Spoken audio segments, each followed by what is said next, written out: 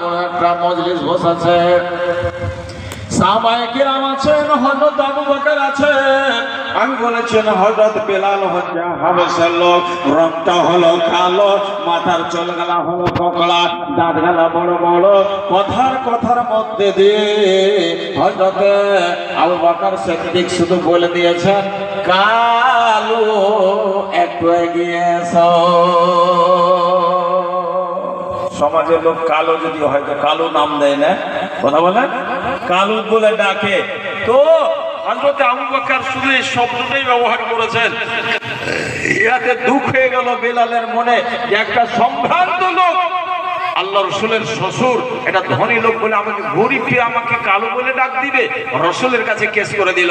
রসুলের দরবারে যে হাজির হলো, বললেন ইয়া রাসূলুল্লাহ, হযরত আবু বকর আমাকে কালো বলে ঠটমলা বলে ডাক দিয়েছে, এর ন্যায্য বিচার করে দেন, নইলে আল্লাহর কাছে আমি বিচার প্রার্থী হয়ে যাব। নবীর প্রেমের পাগল সারা প্রেমে খেলা খেলে, ওরে নবীর প্রেমের পাগল সারা প্রেমে খেলা খেলে, নবীর প্রেমে অস্করণী দান্ত ফেলে, হারে নবীর প্রেমে অস্করণী দান্ত ফেলে, নবীর প্রেমের পাগল সারা প্রেম খেলা খেলে, নবীর প্রেমের পাগল সারা প্রেম খেলা খেলে। হযরত আবু বকর পাগল ছিলেন, হযরত আবু বকর পাগল ছিলেন, প্রেম করে সাঁতার দিলে ওরা হাসর মেজারা পাড়ি দিবেন প্রেমের বলে, হারে হাসর মেজা পাড়ি দিবেন প্রেমের বলে, নবীর প্রেমের পাগল সারা প্রেম খেলা খেলে, নবীর প্রেমের পাগল সারা প্রেম খেলা খেলে।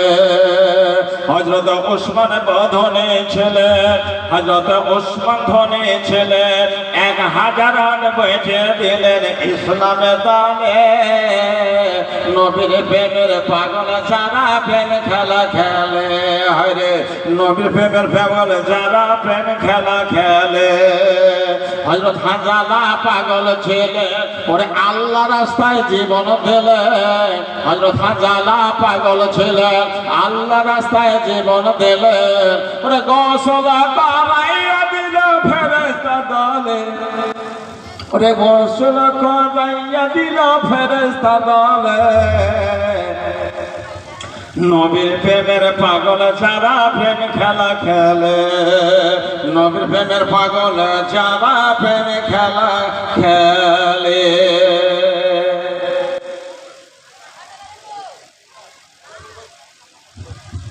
হযরত আবু বকর সিদ্দিক রাদিয়াল্লাহু তাআলা আনহু দূরে সরে আছেন, নবীর কাছে মোকদ্দমা হয়ে গেল, কেস হয়ে গেল। নবী ডাক দিল, আবু বকর।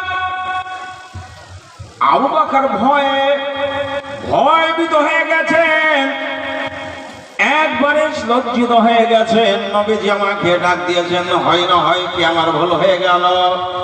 নবী ডাক দিলেন, আবু বকর বাবারে, তুমি হলে আমার শ্বশুর, তুমি আমার সাথী, তুমি আমার ইসলামী বন্ধু, তুমি একটা ধনী লোক, সম্মানী লোক, তবে জেনে নাও আল মুসলিম মান সালামাল মুসলিমুনা মিন লিসানিহি ওয়া ইয়াদিহি। হাদিস বুখারী মুসলিম। বন্ধুরে আমার, নবীজি বললেন প্রকৃতপক্ষে মুমিনরা অরিজিনাল মুসলমান কি বলা যাবে, যারা হাতের দ্বারায় মুখের দ্বারাই অন্য মুসলমান যেন কোনো কষ্ট না পায়। তাহলে এটা তোমার মুখের দ্বারাই কষ্ট পেয়েছে বেলাল, এবার বেলাল আমার কাছে বিচারে প্রার্থী হয়েছে, তোমার রায়টাকে। বন্ধুরে আমার, যে নিজের বাক্সার নিজের আলমারে নিজস্ব ব্যাংক ব্যালেন্স টাকা 40,000 টাকা দিয়ে ছুটিয়ে এনেছিল, যার বাঁ হাতে দড়ি মেরে ছটছট করে ছাগল মকরির মতন করে টান দিয়েছিল, যার শরীর দিয়ে দরদর করে রক্ত পড়ছিল, হাজার হাজার লোক লোক আছে, আহার করার লোক ছিল না, চোখ দিয়ে এক বিন্দু পরিমাণে পানি বের করার লোক ছিল না। সেই সময়তে সাথ দিয়েছিলেন হযরত আবু বকর। আর আবু বকর জবান দিয়ে একটা কথা পিছলে গেছে, একটা কথা বলে দিয়েছে, তাই বেলালের সহ্য হলো না, নবীর কাছে কেস করেছে। এবার নবী যখন ডাক দিলেন, আজ রাতে আবু বকর কি চিন্তা করলেন, এটা বিরাট বড় ভুল। আল্লাহ পাক বলেছেন, ওয়াত্তাকু ইয়াওমাল লা তাজি নাফসুন নাফসিন শাইআ ওয়া লা ইউকবালু মিনহা শাফাআতু ওয়া লা ইউখাযু মিনহা ওয়া লা হুম ইউনসারুন।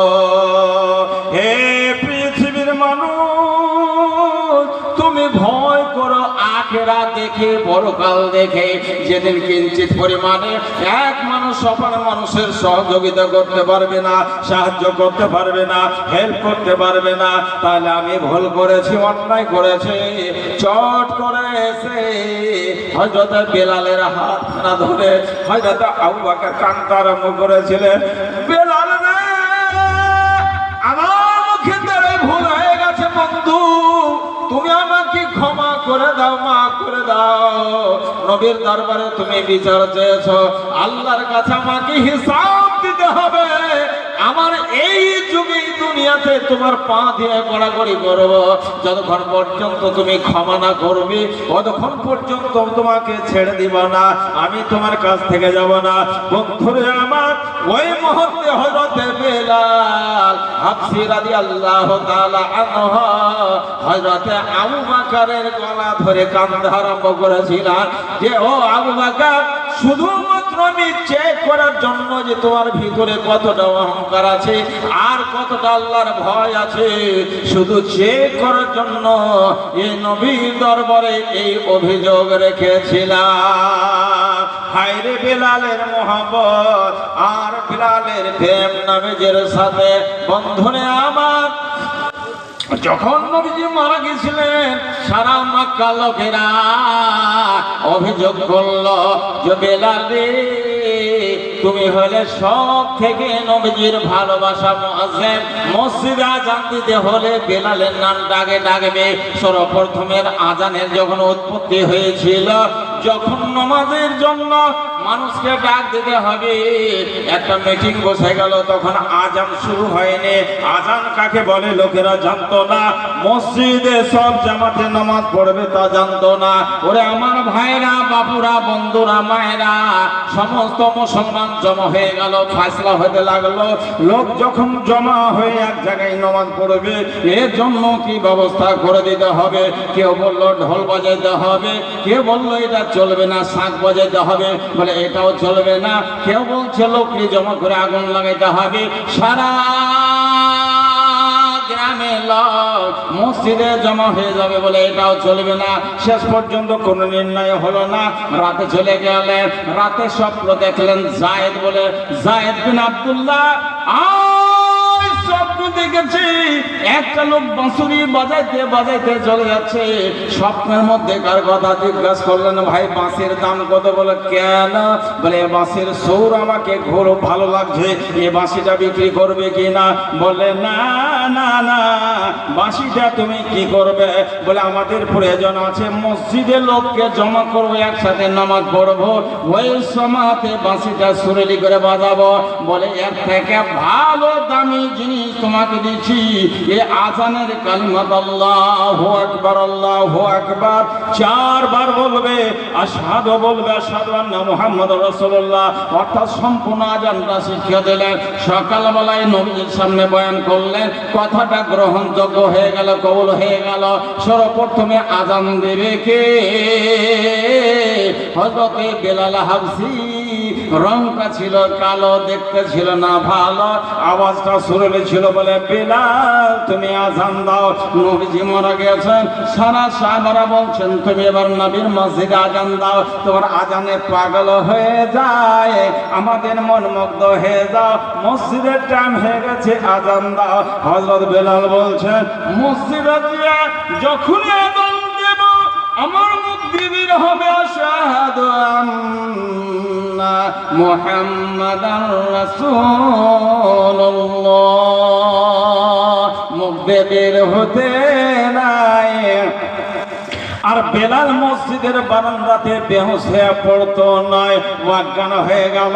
সাহাবারা ছুটে আসলো, মুখে পানি দাও, বেলাল মারা গেল, বেলাল মারা গেল। ওরে নবীর মুহাব্বতে পাগল, আর আমরা দুনিয়ার খেল তামাশায় পাগল। মসজিদে আজান হয়ে গেল, মসজিদ চিনি না, মসজিদ বানাবো কেন? মসজিদের কি প্রয়োজন আছে, দরকার আছে? হাদিস বুখারী মুসলিম। রাসূলুল্লাহ সাল্লাল্লাহু আলাইহি সাল্লাম বলছেন, হাদিসের রাবী হচ্ছেন হযরত আব্দুল্লাহ বিন ওমর রাদিয়াল্লাহু তাআলা আনহু। নবীজি বলছেন, ক্বালা সালাতুল জামাতে আফজালু মিন সালাতিল ফাজর বিসাবঈ ওয়া ইসরিনা দারাজাতান। একটা লোক যদি বাড়িতে একাই নামাজ পড়ে 100 নেকি পাবে, আর ওই লোকটা যদি জামাতে মসজিদে নামাজ পড়ে গেলে 2700 নেকি পাবে। বলুন সুবহানাল্লাহ। সুবহান